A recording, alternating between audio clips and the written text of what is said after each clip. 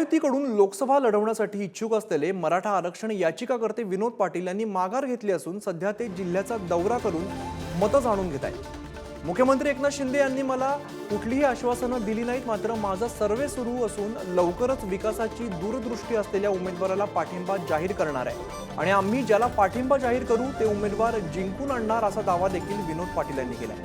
त्यांच्याशी संवाद साधलाय आमचे प्रतिनिधी सचिन जिरे यांनी। पाहूया। जर छत्रपती संभाजीनगर लोकसभेचा विचार आपण केला तर प्रामुख्याने तिरंगी लढत या ठिकाणी होईल असं मानलं जात आहे। महायुतीकडून संदीपान भुमरे आहेत, महाविकास आघाडीकडून चंद्रकांत खैरे आहेत आणि एमआयएम कडून विद्यमान खासदार इम्तियाज जलील आहे। तर या तिघांमधूनच तुमची निवड असेल की मग इतर काही?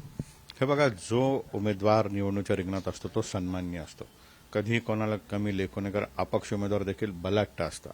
त्यामुळे अंतिम यादी प्रसिद्ध होऊ द्या, चिन्ह वाटप होऊ द्या, त्याच्यातनं आम्ही सर्वजण मिळून उमेदवार निवडू आणि त्याच्या बाजूने आम्ही सर्वजण जाऊ। आणि शेवटी आम्हाला विकास करायचा आहे, हा माझ्या वैयक्तिक एका राजकीय स्वार्थासाठी नाही आहे, जिल्ह्याचा विकास करायचा आहे। ज्या ताकदीने मी उमेदवारी मागितली तेवढ्याच ताकदीने मी माघार घेतली, तेवढ्याच ताकदीने छाती ठोकपणे उमेदवार निवडून देखील आम्ही आणणार आहोत।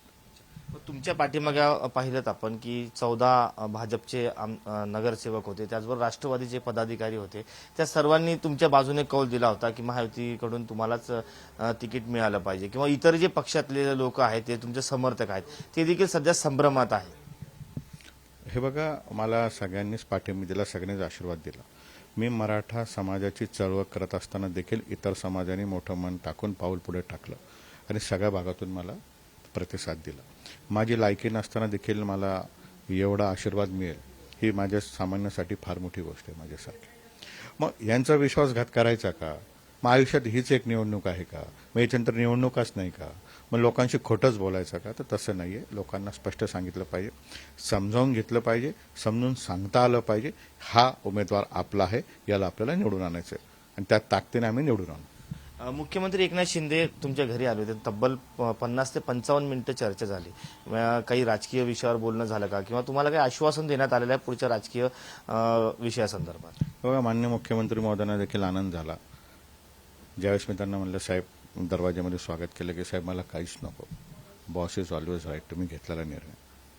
तर त्यांना बोलण्यासाठी जागाच राहिली नाही, चर्चा करण्यासाठी मुद्दाच राहिला आणि त्यांचं मनाचा मोठापणा आहे की त्यांनी देखील अतिशय एका जवळच्या कार्यकर्त्याला, घरातल्या व्यक्तीला जीव लावता तशा पद्धतीने माझी विचारपूस केली, माझ्या कुटुंबाची केली, माझ्या सहकार्यांची केली आणि कुठलीही राजकीय चर्चा त्यांनी केली नाही। हे त्यांचा मनाचा मोठेपणा आहे, त्यामुळे तो प्रश्नच नाही आहे, आश्वासनाचा प्रश्नच नाही।